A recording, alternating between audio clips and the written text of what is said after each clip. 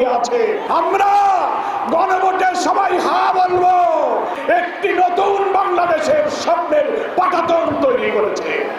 তাই আসুন আমরা পরিষ্কার বলতে চাই, বাংলাদেশ জামাত ইসলামী দেশের মানুষের কাছে অঙ্গীকারবদ্ধ। দেশের মানুষের এবারের মুক্তি যদি আমরা জনমতের ভিত্তিতে আনতে না পারি, নতুন কোন অপশক্তি যদি জাতির ঘাড়ে চেপে বসে, আমাদের সামনে দুর্ভোগের কোনো সমাপ্তি হবে না। তাই বাংলাদেশ জামাত ইসলামী সহ 11 দল, যে 11 দলীয় নির্বাচনী ঐক্যের মধ্যে ইসলামী চেতনা, জুলাইয়ের চেতনা, মুক্তিযুদ্ধের চেতনাকে ধারণ করে আমরা একটি মানবিক বাংলাদেশ গড়ার দিকে এগিয়ে যাচ্ছি। বাংলাদেশ জামাত ইসলামী এদেশে দুর্নীতিমুক্ত, নৈতিকতার ভিত্তিতে শিক্ষা ব্যবস্থা, সামাজিক সুবিচার, ব্যবসা বাণিজ্য, শিল্প কারখানা, কৃষি, স্বাস্থ্য, শিক্ষা, একটি সভ্য জাতি নির্মাণে জাতির সামনে আমরা পলিসি সামিট করে আমাদের ভবিষ্যৎ পরিকল্পনা পেশ করেছি। একটি অভাবনীয়, অসাধারণ নতুন বাংলাদেশের আশায় বাংলাদেশের মানুষ এখন জামাত ইসলামের দিকে তাকিয়ে আছে।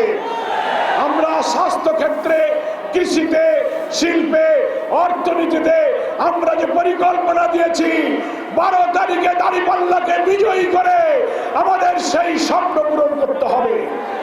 একটি অপশক্তি জুলাই সনদ বাস্তবায়ন না করে আবার দুর্নীতি, আবার কর্তৃত্ববাদী শাসন, ভিন্ন মতকে দমন পীড়নের জন্য জুলাই সনদের ভিত্তিতে যে গণভোট হচ্ছে, সেই গণভোটে নাতে ভোট দেওয়ার জন্য ভেতরে ভেতরে ক্যাম্পেইন করছেন।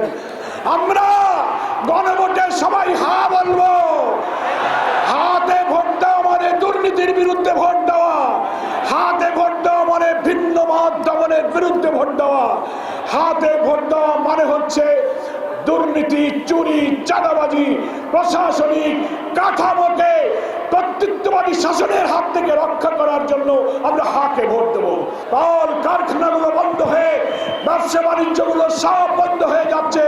ইনশাআল্লাহ জনগণের নির্বাচিত মানবিক সরকার আমরা আনতে পারলে আমাদের দুঃখ দূর হবে।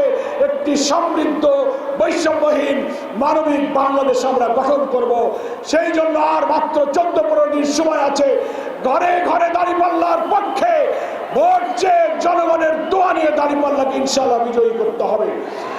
11 দলের প্রার্থীরা যেখানে যে প্রতীকে আছেন, সেই প্রতীকে আমরা ভোট দিয়ে 11 দলকে বিজয়ী করে আমরা নতুন বাংলাদেশ গঠন করব।